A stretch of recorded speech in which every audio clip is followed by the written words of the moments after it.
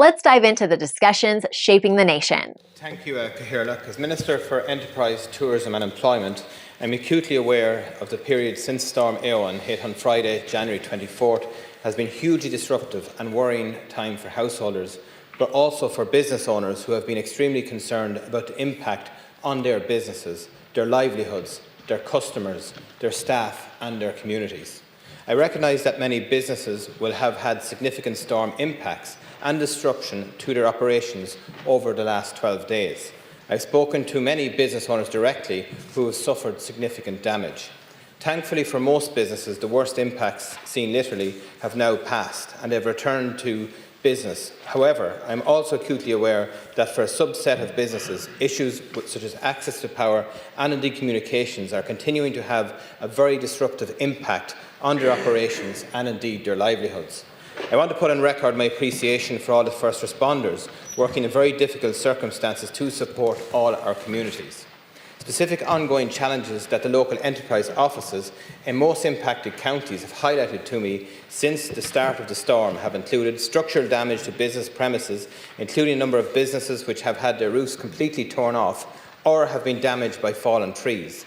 Some businesses have lost significant stock, either through premises damage or through spoilage. Sometimes this has arisen because loss of electrical power in business premises or otherwise because the business in question was unable to deliver their produce to customers on time. There has also been widespread disruption to trading, with many businesses unable to open or face significant challenges due to power, water or communication impact from Storm Éowyn. It has been clear that, associated with the foregoing impacts, there will be loss of earnings or indeed the need to incur unexpected expenditure to respond to the impact of the storm, including the cost of repairs and temporary use of electrical generators. Finally, we need to be cognizant that our farms are businesses too, and Storm Éowyn has given rise to significant animal welfare challenges as well as unprecedented damage within the agriculture and horticulture sector to farm buildings, fencing, polytunnels and trees, which will take considerable work to repair. Members will be no doubt aware of the previous occasions my department has worked with local authorities and the Irish Red Cross to put in place humanitarian flood relief where small businesses had flood damage which were not covered by insurance. To recap, these schemes have generally been quite narrow in their scope, with eligibility limited to small businesses of less than 20 employees, with the scheme only being applicable for flood damage where the business had been unable to secure commercial flood insurance. Voluntary bodies, sports clubs had also been included and able to access the scheme. I have engaged directly with the insurance sector, which is critical, and it is my understanding that the vast majority of cases, the primary impacts arising from businesses should, in the normal course, be covered by insurance that businesses will have taken out to cover the risks associated with a major storm. This should be the first and primary recourse for businesses that have incurred financial losses as a result of Storm Éowyn, and very significant losses in some cases. I welcome that the insurance industry has proactively sought their media engagement over recent days to reassure both householders and businesses that they view impacts from Storm Éowyn as within the scope of insurance, which is therefore fully covered to both householders and businesses. It is very relevant to highlight at this juncture that the programme for government includes a specific commitment to introduce an extreme weather assistance scheme. This initiative predates Storm Éowyn and is a strategic policy action for delivery within the time frame of the current government. However, as is the case with this unprecedented impact of Storm Éowyn, means that this initiative now is high priority for the relevant departments involved. In this regard, my officials have been engaging with their counterparts to progress this as a matter of urgency. I believe that the broad aim should be to strengthen the existing humanitarian assistance scheme already in place, including those operated by the Department of Social Protection for households, the specific flooding supports for small businesses, sports clubs and voluntary organisations administered through my department, and in parallel schemes operated by the Department of Agriculture, Food and the Marine.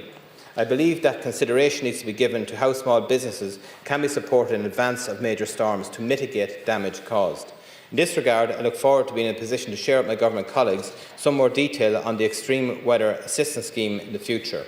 My department recognises that businesses may have had recent challenges in addressing filing and compliance obligations.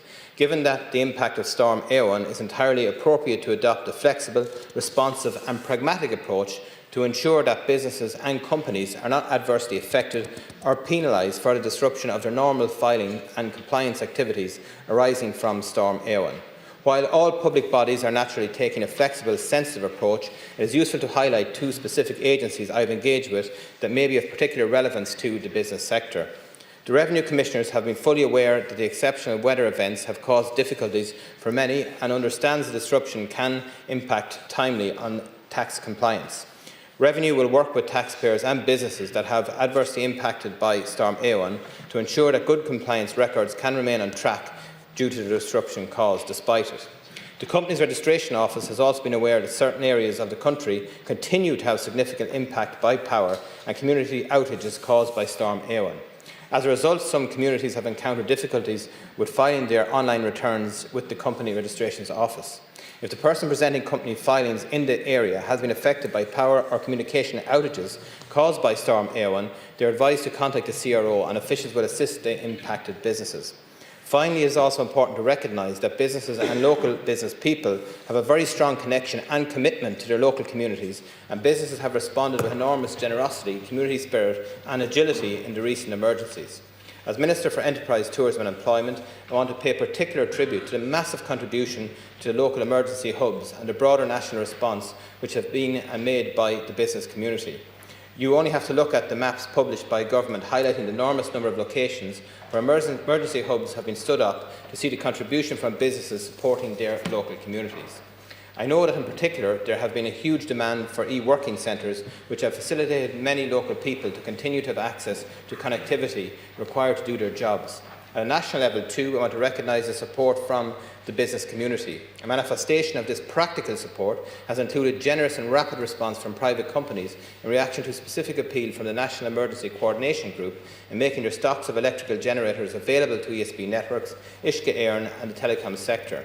The timely provision of the extra generation capacity has been pivotal in adding resilience to local infrastructure, with some capacity being utilised this week, enabling a number of schools in rural areas to reopen.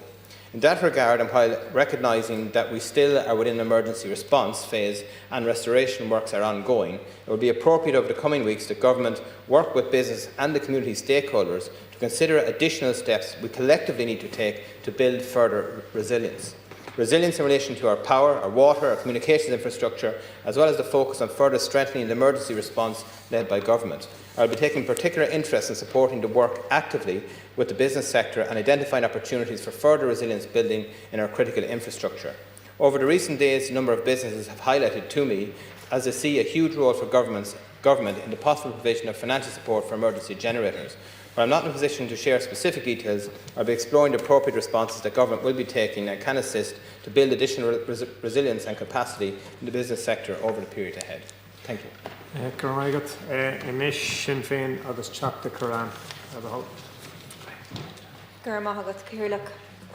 Like, share, and subscribe, and let us know your thoughts in the comments. We'd love to hear from you.